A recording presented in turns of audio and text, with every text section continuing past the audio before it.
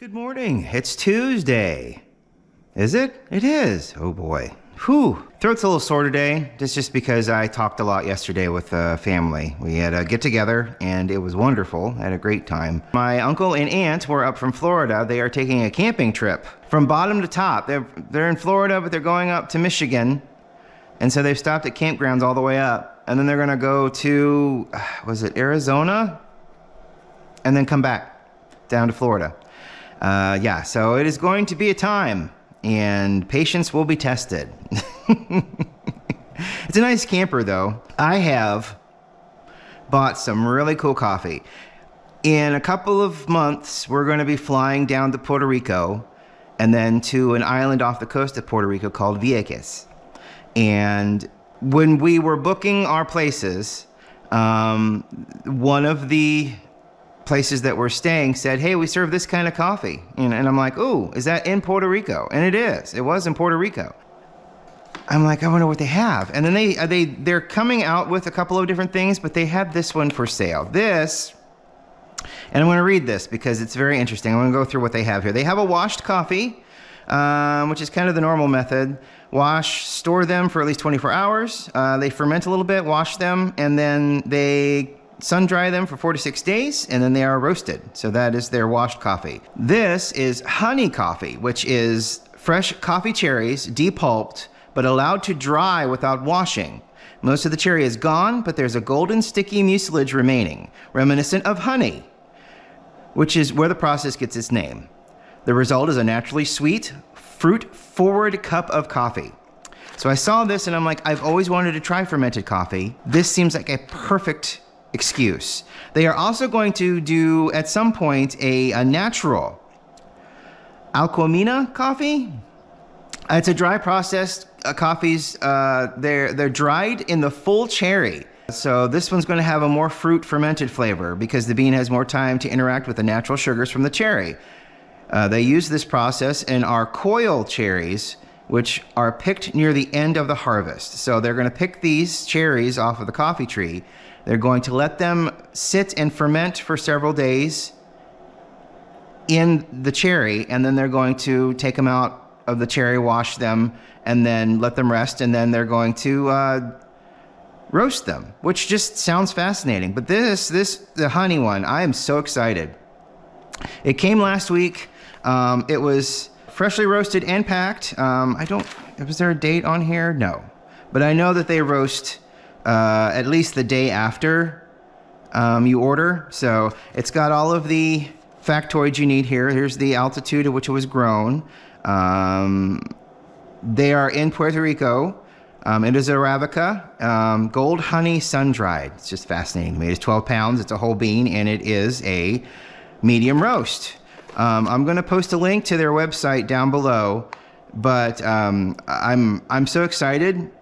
I can't wait to give this a try. I have not opened it yet, even though it came last week. I'm like, I want to smell this, but I can't. I want to wait. I'm trying to drink water because of the throat thing.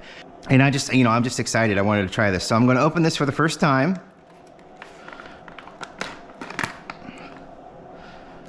Oh, I can already smell how nice it smells. Open her up here. Oh, well, I mean, you may not be surprised by this, but it smells like coffee.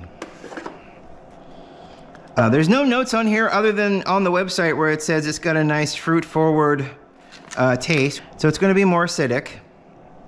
So we're going to get in. So I got James Hoffman's method sitting over here. I wrote it down this time. We're going to do 11 grams of coffee. We're going to do 200 grams of water. So this should be a whole lot of fun. 11 grams of coffee. Ooh, no, we want to get this right. I want to get this right. I want this to be 11.8. Okay. I want this to be right. Yeah, boy, it smells nice. I mean, it's a great smelling coffee. I'm very excited to know what it tastes like. Honey, kind of, I'm like, oh gosh, do they ferment stuff in honey? No, it's just the way that it is fermented. They take most of the cherry off, and then they're left with, like, if you take the pit out of a cherry and then you've got all that little stuff around it. They don't take that, they don't wash that off. They use that in the aging process in order to get a cup of coffee out of it. So I'm going to grind this at a 10. There's not a lot of coffee in there. I've cleaned this out, by the way. I've made sure that this is cleaned out and smells neutral. I'm going to take it down to about a 10. I'm going to grind it a little finer than normal pour over coffee. I want to make this as good as humanly possible, as good as I can make it. So we're going to move this over here. I'm going to put this up here. I'm going to check my, oh, yeah, okay. That can sit for a second. And we are going to go. Okay. Not a whole lot of static there. It does have like a little bit of a sweeter, fruitier smell to it than the normal coffee I'm used to. Almost has like a sea quality to it. Interesting. Got my glass mug here. I should have, let's see how much we got out here. I like that there's little to no static. That's great. So I got 11 grams out. Perfect. Even the bed out a little bit. Like I say, we're going to do James Hoffmann's method. We're going to pour it all in there. We're going to pour 200 grams in here. I'm going to put the stopper on it. We're going to wait 2 minutes. I'm going to give it a swirl. We're going to wait 30 seconds, and then we're going to plunge down into the cup. Before we can do any of that, I got to put 200 grams of water in here.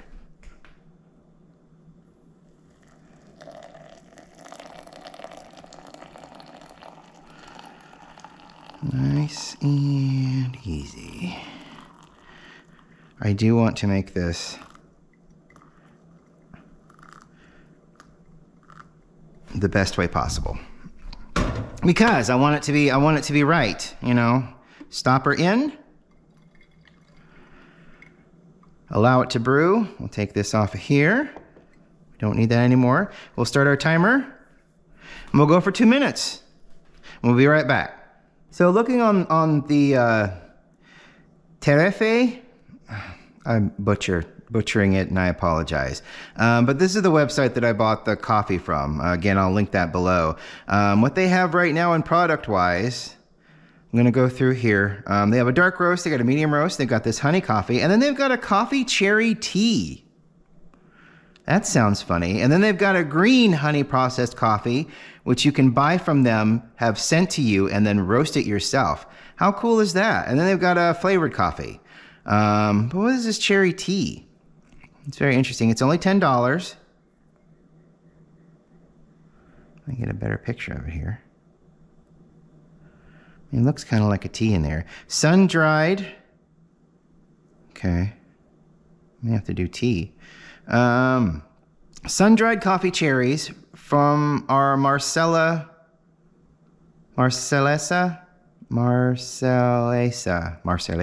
trees. Perfect for a refreshing tea or cold brew. Coffee cherries contain caffeine, and they are also filled with antioxidants, specifically penis words. So that might be interesting, and that's only $10. This coffee was $18, but it is a specialty coffee, so once you start getting into specialty coffees, they do tend to get a little bit more expensive. I did not think that this was very expensive, so what we've done now is we've made some coffee. Give it a little swirl. Wait a second. Wait another 5 seconds here. And then we're going to do gentle pressure, and we're going to push. We're going to just do nice, firm, even pressure. We don't need to press hard, but we are going to press through. When you hear the hiss, it's fine to press on down through. It's nice, even pressure. We're not creating espresso here. We're creating tasty filtered coffee. But we landed on Puerto Rico and then Vieques after we're like, hey, well, how about we go to Japan for our 20th anniversary? And then it's like, ooh, Japan is... It's really expensive to get to Japan. It's not that expensive to be there. But getting to Japan is the worst part. You will spend more money getting to Japan than you probably will in Japan. Pull back on the stopper a little bit to give it a little suction so I don't get any drips. Isn't that funny? I love that. Okay. And then we moved to, while this is cooling down a little bit, and then we moved to California. And then we were out in California last year. We spent a couple of days in Carlsbad. We were in Arizona for his uncle's birthday, and that was wonderful. What a wonderful, weird place Phoenix, Arizona is. They're right there next to the mountains, and it's just so amazing. It's another world out there. Having mountains all the way around you is really cool. And then we drove out to Carlsbad in California and spent 2 or 3 days in that little beach town. Which was beautiful and fun. We had a wonderful time. But then we're like, you know what? That's also pretty expensive to fly out there. I mean, money's not the biggest issue. It's just, what are we going to do when we get there? The beach was cold, and the water grabbed me while we were out there managing to play in the water a little bit. Water took the feet out from underneath me, and it's the first time that has really ever happened, and drug me like a good solid foot back towards the ocean, and I got the worst sand burn on my leg, and it like bled for like a day and a half. And it was huge, and I hurt my wrist, and I'm like, well, this is not the fun ocean. So, and then we're not going back to Florida if we can ever help it. So because it is not welcoming anymore, I don't think, as much. So we're like, well, what about Puerto Rico? Well, what's that like? And then, the travel there is nice, and it's not very expensive, and the food there is amazing. And then we're like, well, he said, well, here's a place that has the biggest bioluminescent bay in the world. And I'm like, ooh, that sounds beautiful. And then he's like, and then here's the Caribbean. And I'm like, sold. I've always wanted to go to the Caribbean. I love the Caribbean. I've always wanted to go. It just one of those magical places that I've always wanted to visit and see the water. I've always wanted to see blue water.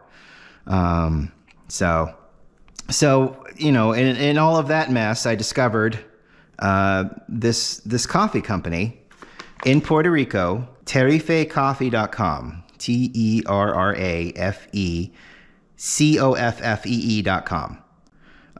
Like I said, I'll put a link down below.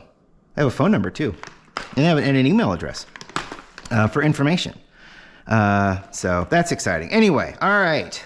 I think we've cooled down a little bit. Ooh, yeah.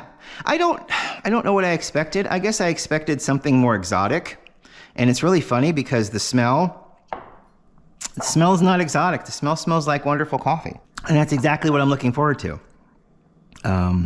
Maybe a little bit of acidity, not very much bitterness. Let's see.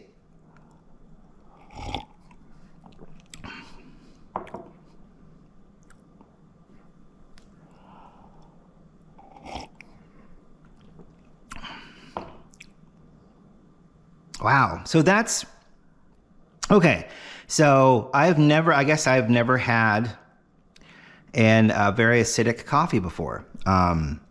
This is very sweet, and at the same time, very, the words escape me. I want to say tart, but it's not tart. It's, it's like a lemon. If you rub a lemon on your tongue, that's acid, that's acidity. And, it feels like a very light version of that. Color is very pretty. It's almost like a red.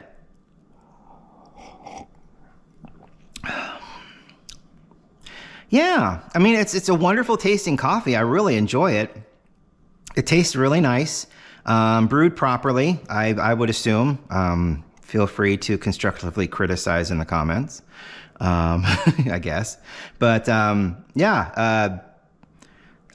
mean, it seems to be prepared correctly. I mean, this is probably what it's supposed to taste like, and it's very sweet. It's got a wonderful sweetness to it, natural sweetness to it. It's got a bright acidity to it, almost crisp, kind of. Not quite apple, but like a little shot of lemon. But I mean, there's no lemon in it. There's no lemon flavor in it, but I'm trying to describe the feel of the acidity on your tongue. And I mean, the smell is it smells wonderful. I mean, it just smells like wonderfully roasted coffee. And yeah, that's absolutely fantastic. You should probably go to this website and maybe try some of it. I mean, $18 may seem like a little bit, but like I said, once you get into specialty coffees, prices are going to go up. You know, it's just going to be that's just that much more expensive. You know, and $16 for a pound of nice, freshly roasted coffee is not terrible. I mean, sure, you can buy a can of Folgers for like what, $2 now, $2.99. You know. But, you know, when you get into something like this and you've already gone elbow deep into accoutrements, you know, it doesn't hurt to just keep stepping yourself up just a little bit when you can afford it, when you feel comfortable. And I really like that. That's a joy of a coffee. It's such a wonderful, different taste experience. It's fairly sweet.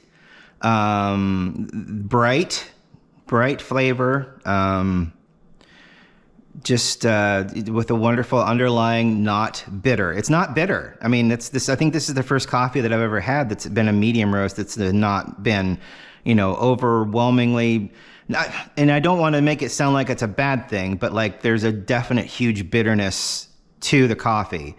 There's none of that here. It's bright, it's delicious, it's flavorful. It's just a totally different, wonderful experience. It tastes like fruit. I'm glad that they didn't put a specific fruit on here, but if I were to try to pinpoint it, probably a light cherryish flavor, just very, very subtly there. And then, of course, you got the nice bright acidity that kind of cuts through that like a couple seconds later after you've swallowed. This has been a wonderful experience. This has been great. I cannot wait to continue drinking this. Tomorrow, however, I do have another new coffee that my mother bought for me in Marietta. It is from a roaster in Cambridge. We'll have to double check that. But they get their coffee imported from lots of different places, apparently. And I'll look at the website and I'll link that tomorrow when we talk about it tomorrow. But today, thank you so much for watching this morning. I really appreciate it. This has been a wonderful experience. It didn't take very long to get here. It may have taken a week, which is pretty good because you want this, after it's been roasted, you want it to rest for a little while, you know, about a week and a couple days. That helps the gases escape and it become more coffee-like. That's my understanding from what I've read. Anybody can tell you anything, and there's no reason for you not to believe it until there's a reason. So, but yeah, oh gosh, I've finished it. I finished the coffee on camera. Wow. It wasn't a lot. The AeroPress doesn't do much, but it does enough, and that was absolutely delicious. Thank you folks so much for watching. I really appreciate it. We'll join back up tomorrow. Have a good day. Bye.